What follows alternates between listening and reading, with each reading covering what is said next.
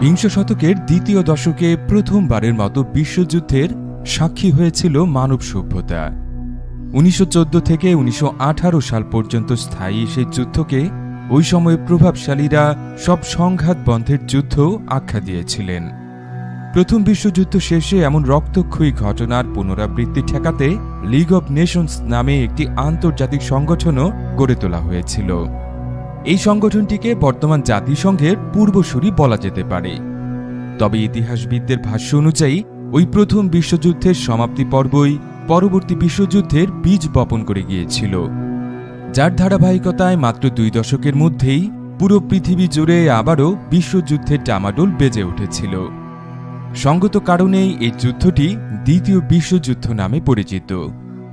এই দ্বিতীয় বিশ্বযুদ্ধটি ছিল মানব ইতিহাসে এখন পর্যন্ত সবচেয়ে রক্তক্ষয়ী যুদ্ধ।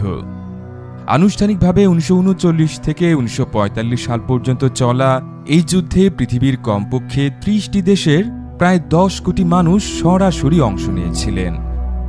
আর যুদ্ধ শেষে সব মিলিয়ে প্রাণহানির সংখ্যা ছিল 8.5 কোটির বেশি। এর মধ্যে 5.5 কোটির বেশি ছিলেন বেসামরিক নাগরিক।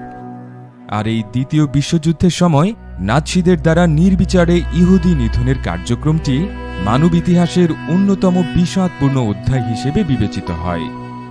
হলোকাস্ট শীর্ষক এই জেনোসাইডে কমপক্ষে 60 লাখ ইহুদি ধর্মাবলম্বী মানুষকে হত্যা করেছিল নাৎসি বাহিনী। আজ আপনাদের এই দ্বিতীয় বিশ্বযুদ্ধ সম্পর্কে বিস্তারিত জানাবো। অবশ্য তার আগে প্রথম বিশ্বযুদ্ধ সম্পর্কে বিস্তারিত জানতে চাইলে আমাদের এই ভিডিওটিও দেখতে পারেন।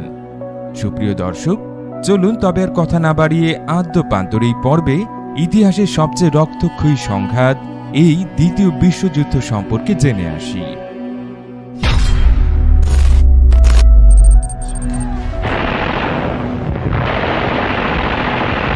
প্রথম বিশ্বযুদ্ধ শেষে বিজয়ী মিত্র বাহিনীর নীতি নির্ধারকেরা পরাজিত সাম্রাজ্যগুলোর প্রতি বেশ কঠোর অবস্থান গ্রহণ করেছিলেন। অস্ট্রো-হাঙ্গেরি সাম্রাজ্যটি ভেঙে গোটা 10 নতুন রাষ্ট্র এবং রাজ্যের সৃষ্টি করেন তারা। আর অটোমান সাম্রাজ্যটি ভেঙে নিজেদের মধ্যে ভাগ করে নেয় ব্রিটেন এবং ফ্রান্স।